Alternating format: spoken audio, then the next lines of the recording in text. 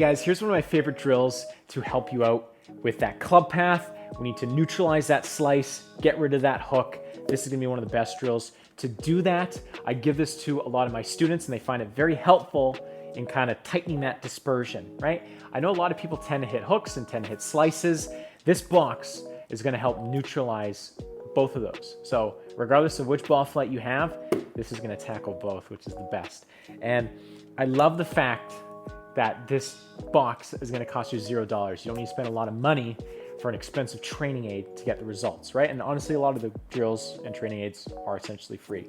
Now, before we begin, you need to understand 4 basic principles when it comes to hitting good shots, right? You need to control 4 things. The first thing is the low point, right? The club needs to be, traveling down for the most part in the spot you want it. You have to be hitting ball, then turf, ideally. The next one is contact. We want to be hitting in the middle of the face, right? The next part is the face direction at impact. If it's pointing left for a right-handed golfer, it's going to slice.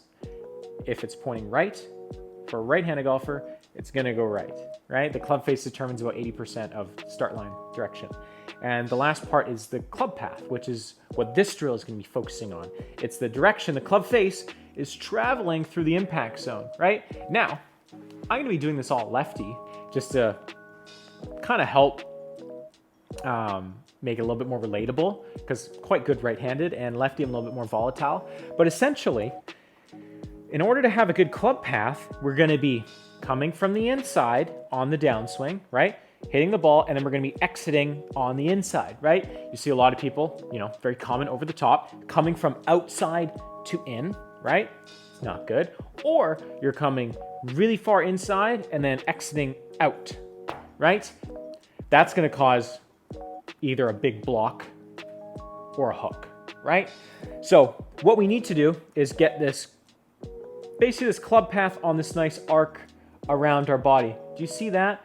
The golf swing is basically a bunch of 45-degree angles, essentially, right? So right here, we're at a nice 45, right? Top of our swing, nice 45. When we're at back to this point, nice 45. Impact, 45. Exit out, nice 45, right?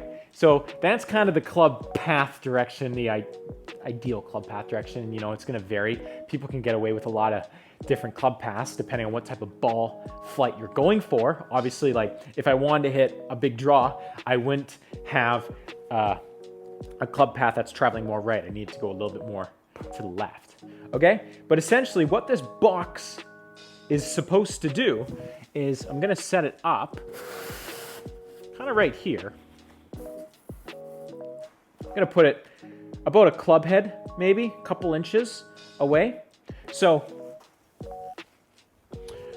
what we're trying to accomplish here is, I'm a big fan of negative reinforcement. So our bodies are very smart, our brains are very smart in not wanting to hit this, right? So if you put something there, our swing is going to change, right? Because we don't want to do that, right?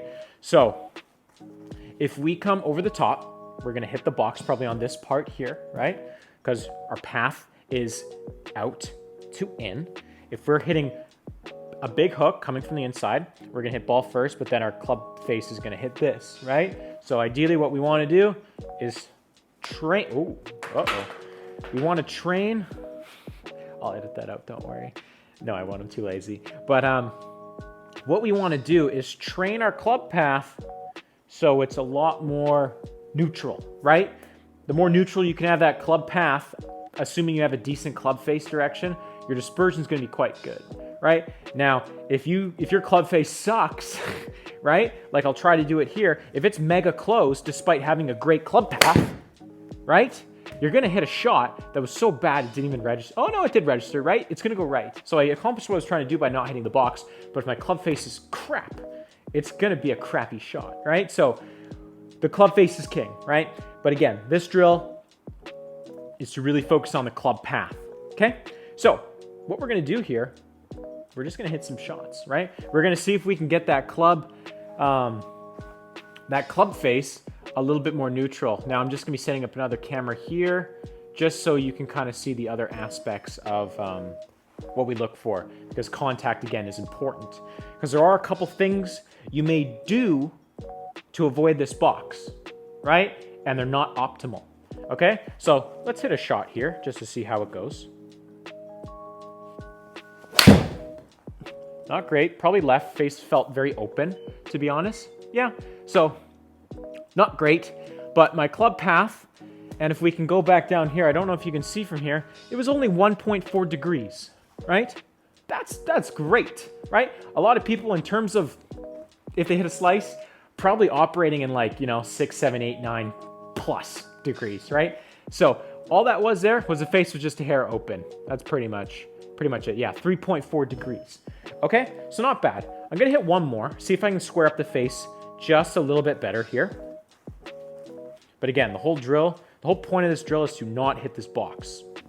That one felt a lot better. I think it's gonna fade just a little bit, but okay, not bad. But look at this club path though.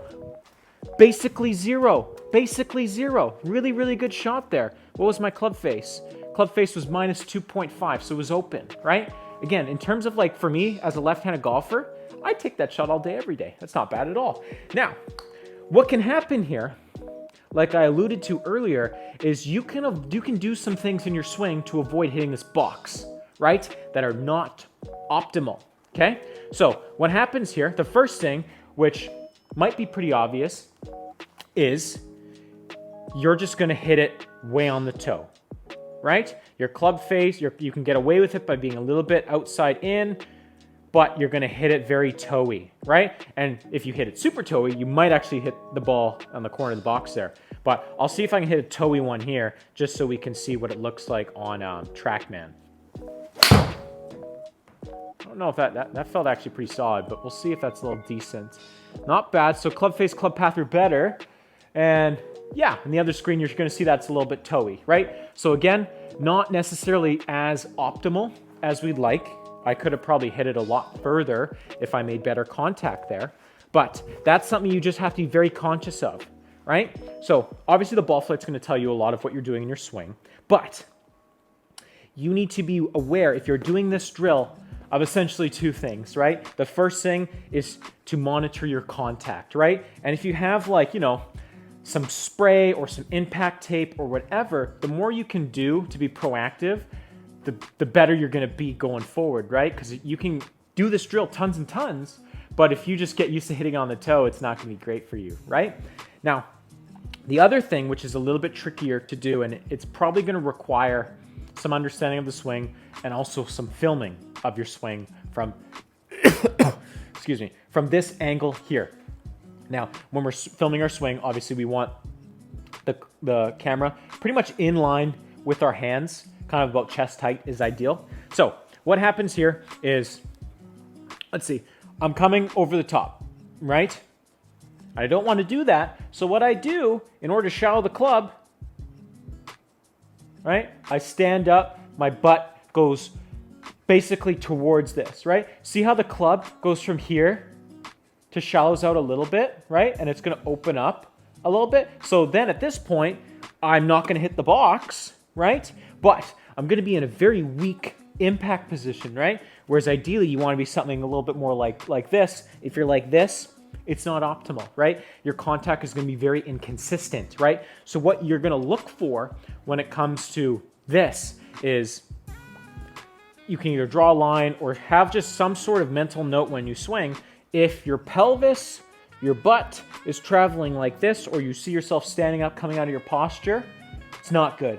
Ideally, we wanna make sure we keep that butt back so we have room to rotate. Face is a little bit open there, it's gonna be way left, but club path should be decent. Yeah, 1.4. I'm very, very happy with that club path, but again, the club face, like I said, is king, right? And again, we're not talking about the club face in this drill. This is purely for club path because a lot of people do send it over the top. But those are the two main things you need to focus on when you're doing this drill. Honestly, if you're practicing quite a bit, I especially now that it's off season, I would hit a bunch of balls with a box here with varying clubs, right? Obviously, don't hit like a driver or anything like that. But, hit some wedges, hit some 7-irons, hit some 4-irons or whatever, just to kind of get used to grinding in that club path, right? Ooh, top that. Not great. Don't register. Don't embarrass me, but it's okay. But yeah, so if you can incorporate this in your practice as block practice, right? So I don't know, hit like, I don't know, depending on how many balls you're hitting. Say you have 100 balls, maybe 20 or 30 of your balls, you're literally just gonna be doing this to make sure you get that club path a lot more neutral. Now, obviously, none of you, for the most part, are gonna have access to a TrackMan. But again, the ball flight will tell you so much of what's happening in your swing, right?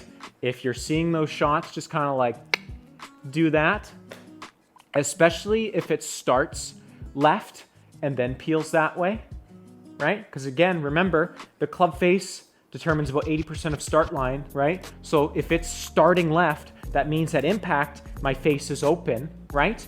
And for a slice to occur, the club path needs to be traveling for a, I guess in this sense, a left-handed golfer right of where that club face is pointing, right? So that's how we get that curve. Now, traditional slice, I'll see if I can do it here, is probably gonna start right of the club, right of the target, and then peel back, right? Because our face is kind of actually closed a little bit, but then our club path is so far this way that it's actually right of the face. So let's see if I can do it here. That felt very over the toppy, but should ideally start right. And okay, so it didn't peel left because my club face was probably, yeah, club face was closed. So, like I said, that's why we're doing this lefty. We're not as like on demand as we are right-handed, but that's the point, right? As long as you can understand what we're trying to accomplish here, and that's just getting a more neutral club path, you're going to be way more consistent going into next year. Okay, so if you have any questions, any comments, please place them below. I'll answer everything. I'm a lot more responsive on YouTube. Okay, but yeah, please give me any feedback, and if you can, like, comment, subscribe. It helps me a ton. So let's get to the next drill.